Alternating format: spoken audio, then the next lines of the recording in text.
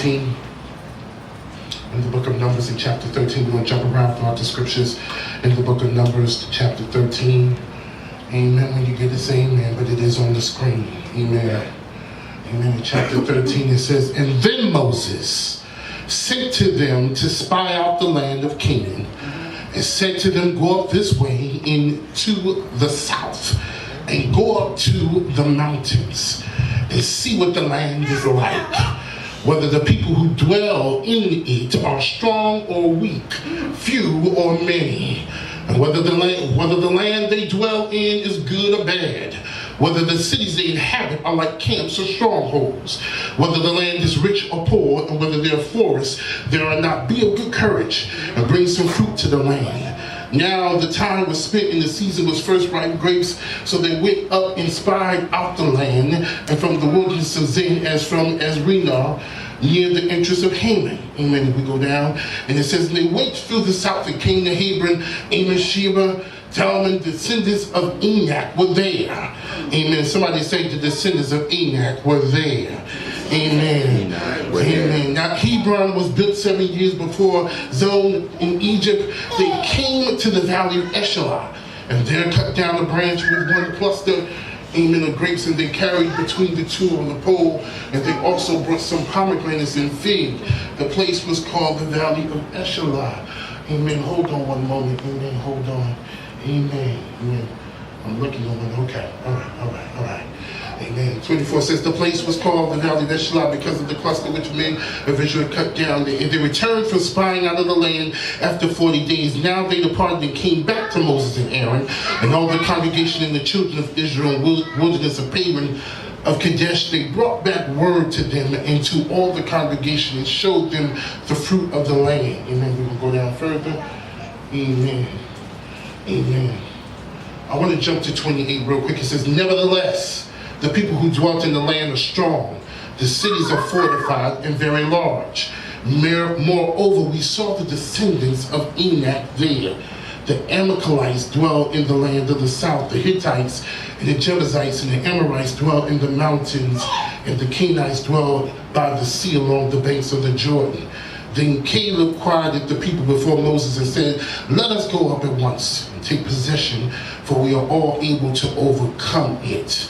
But the men who had gone up with him said, "We are not able to go up against the people, for they are stronger than what we are." Amen. You can be seated.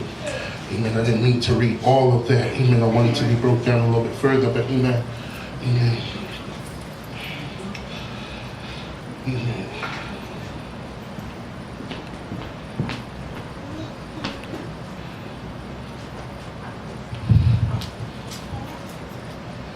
Amen. For a topic this morning, we're going to talk about it's not as big as you think it is. Yeah. It's not as big as you think it is. Amen. Amen. It's not as big as you think it is. Amen. We're going to go back into Numbers real quick. 1 second. 1 moment. Not as big as you think it is. Hallelujah. Glory to God. Thank you, God. Amen. Numbers 13. Amen.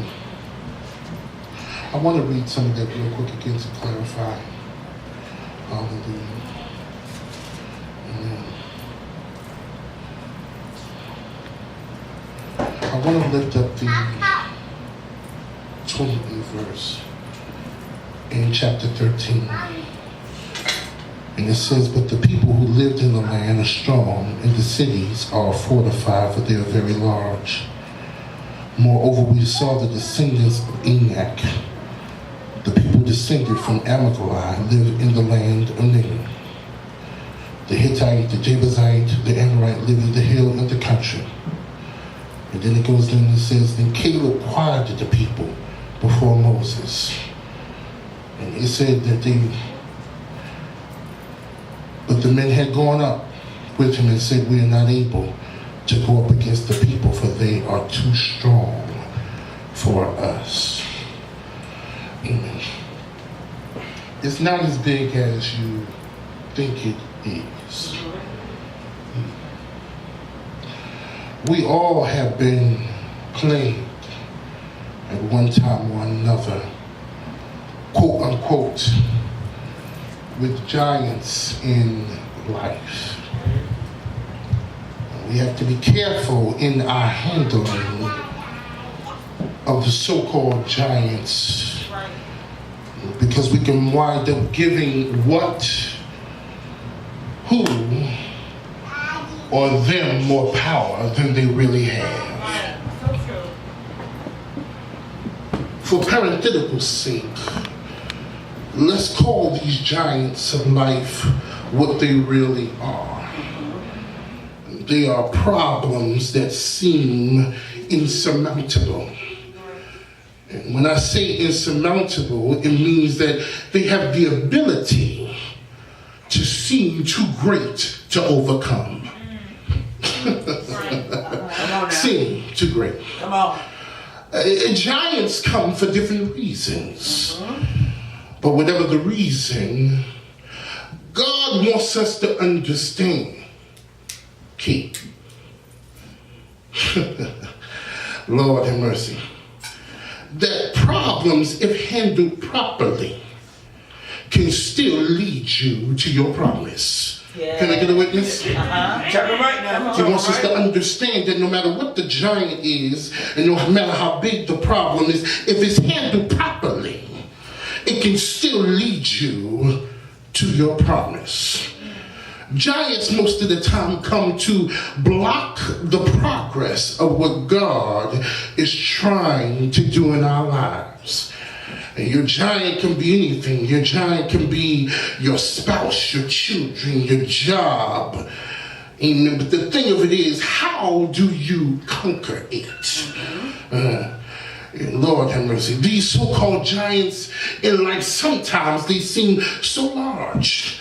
But if we took a moment and gave it a hard look, we would realize, Lord have mercy, the situation is only as big as you make it. Can I get a witness? It's only as big as you make it. Hallelujah. Amen. Sometimes it seems larger than what it really is. Lord have mercy. Elder Pope, there's a quote that says, sometimes, watch this, sometimes God allows Goliath in your life for you to find the David in you. Can I get a witness? Sometimes God will allow Goliath in your life to find the David in you. Anybody know what I'm talking about? That they know the story of David, the shepherd boy. David was the one that came up against Goliath.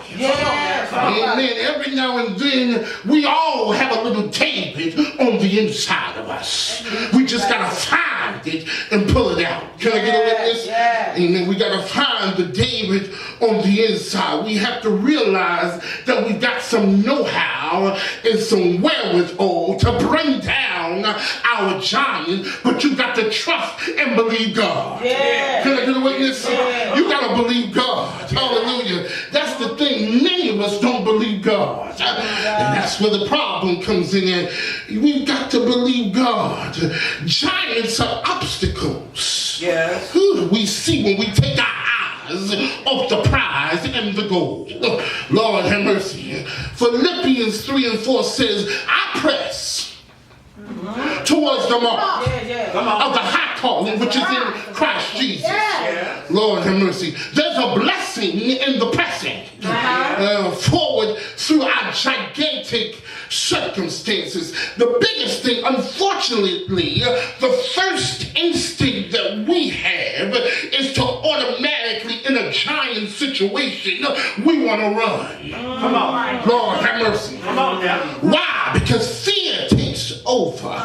Lord have mercy. Fear sets in. But God is trying to teach us in the word in 2 Timothy 1:17. I'm not giving you the spirit of fear, but of power, love, and of a sound mind. Lord have mercy. Y'all ain't ready. Y'all ain't ready. Go ahead. Y'all ain't ready. Y'all ain't ready. Giants will attack your mind.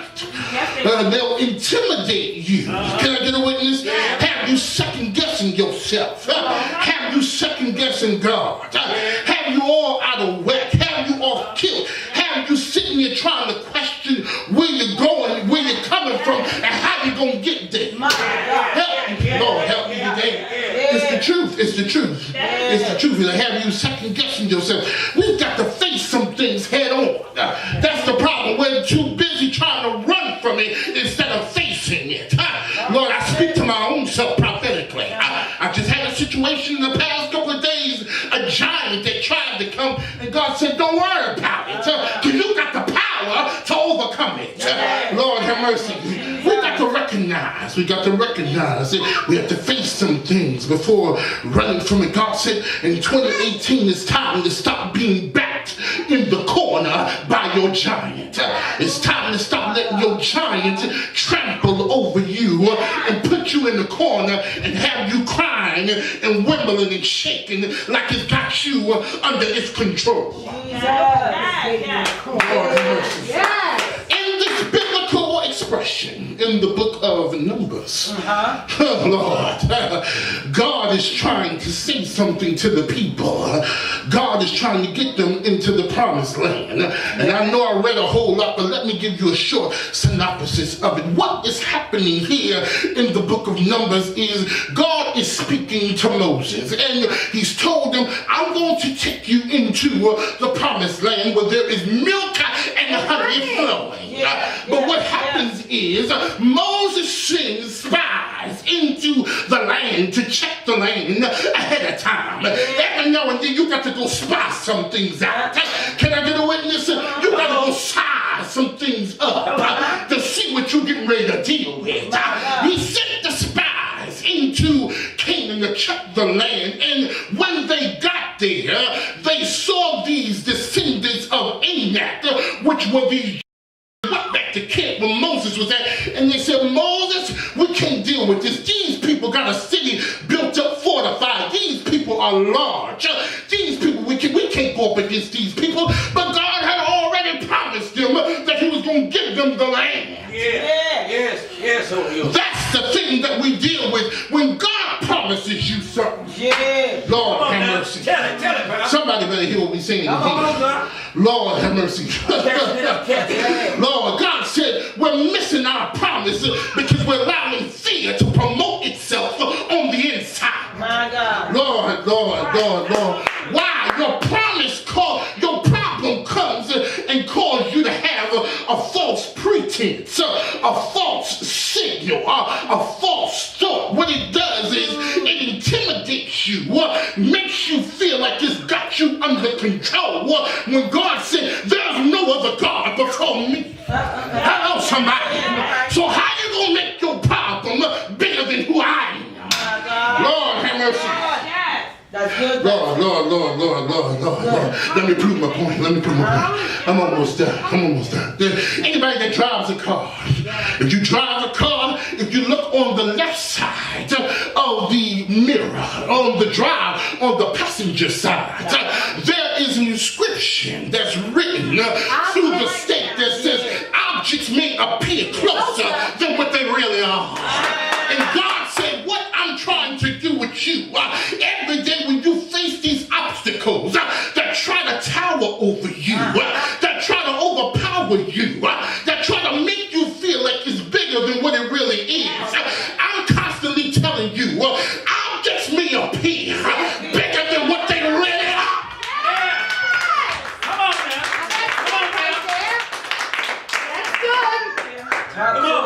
Trying to give you a warning. Trying to give you a safety warning. That's why that inscription is there. It's put there by the state as a safety warning. They don't want you to think something is there and it's not really there, or that it may be there and it isn't there. They want you to pay attention. And that's what God is saying. In 2018, I'm fortifying you to pay attention to your giant. Hello.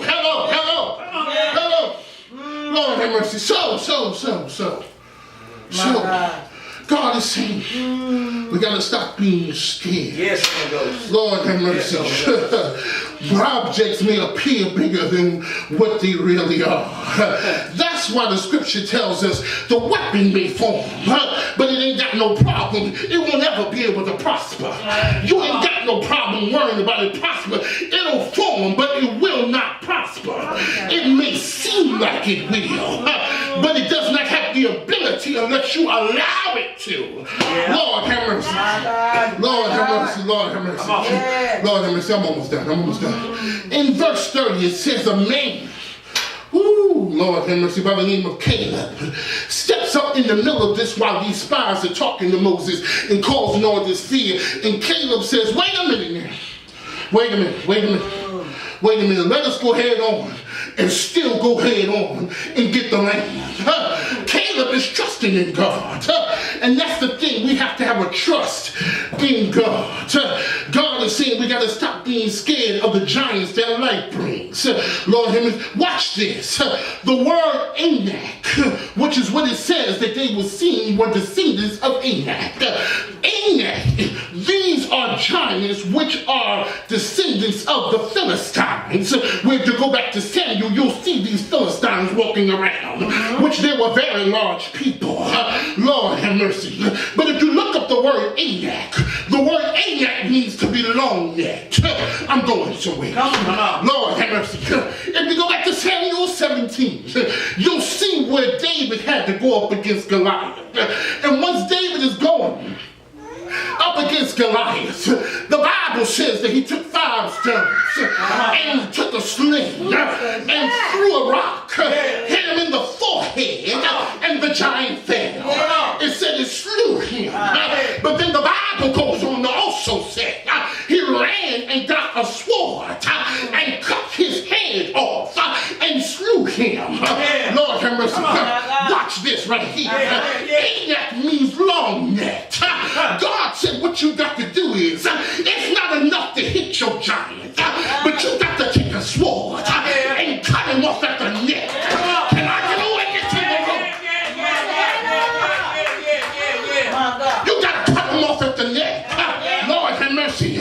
Some stuff needs to be cut off at the head. Why? Because it'll never grow back. Any animal that you've ever seen, that we've ever been able to be used for poultry to eat, whenever you see the body of the animal that's been prepared, you'll see the animal that's been cleaned, but you'll never see a head.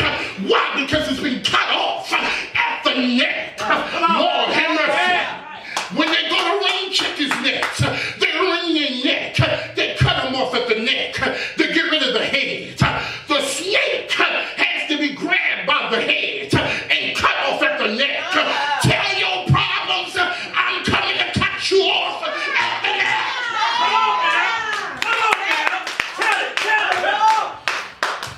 It's time out. It's time out for letting stuff destroy us. Ooh. My God. Lord have mercy. You gotta cut it off. Cut it off. At the neck. Lord have mercy. I'm almost done, y'all. It's all right. It's all right. Ooh, God said this is, I'm almost done. One more game. God said this is what your situations are in order to be able to really deal with your situation. And this is how you really get rid of your giant. At the end of the day, you need to remember. Come on. Why do I need to remember? Tell it. I need to remember because he's already brought me through one situation. Come on. He's already let me face one giant before. This ain't my first rodeo. Come on. Yeah, Lord. Many of us get upset like this is the first time we had to deal with a problem. This is the first time we had to deal with a circumstance. This is the first time we had to deal with a situation. I've gone through before. I've lost people before. I've had to fight people before. Folk have talked about me before. Folk have left my life before. And ain't no need for me to get upset because I'm going through again. If I was victorious back then, I'll be victorious again. Lord, Tell it. Lord have mercy. My God. So God says your giants, Yeah. in the volume of its significance, wants to destroy you. It wants to destroy your position. Lord have mercy. But God says if you keep a praise on your lips, in the giant's significance, it can stop you from getting to your greater. Lord have mercy. God wants us to understand this morning that giants do fall. Can I get a witness? Giants fall. The bigger they are, the harder they won't fall. Lord have mercy. We all know that they fall. We done seen some people that them came up against us, tried us, took us through something, thought they was going to see us fall, but then turn around and next thing you know, they on the ground. Can I get a witness in the building? Tell your neighbor, your situation, neighbor, your circumstance, neighbor, it just seems, that's what it is, it just seems. What are you saying, Pastor? It seems oversized, it seems humongous, it seems lethargic, Lord have mercy, it seems monstrous, it seems huge, it seems unexplainable, it seems bulky, it seems immense, it seems tremendous, it seems vast, it seems colossal, it seems fat, and it seems full. But tell your neighbor, it just seems, because it can't do nothing with me. Why? It's not as big as you think it is. Lord have mercy. God is saying, it's not what you think it is. It may look like one thing, but God says it's another. It may look like one thing, but God says it's another. God's got it. God is in control. Giants have a tendency to keep on growing, but you got to tell your neighbor, even though it continues to grow, I also, if I trust God, if I believe God, if I stand on God, if I pray to God, I also have a tendency to grow. So tell your neighbor, go and grow, and stop your giant, grow in the Lord, grow in your praise, grow in your blessing, grow in your worship, stand to your feet, and give God a hallelujah. God said it's okay. It may seem massive, it may seem hefty, it may seem sizable, it may seem enormous, but it's all right. It's not as big as you think it is. It's not as big as it looks. Tell your neighbor, look away, and then turn back around and look again, because it's going to be different when you turn back around.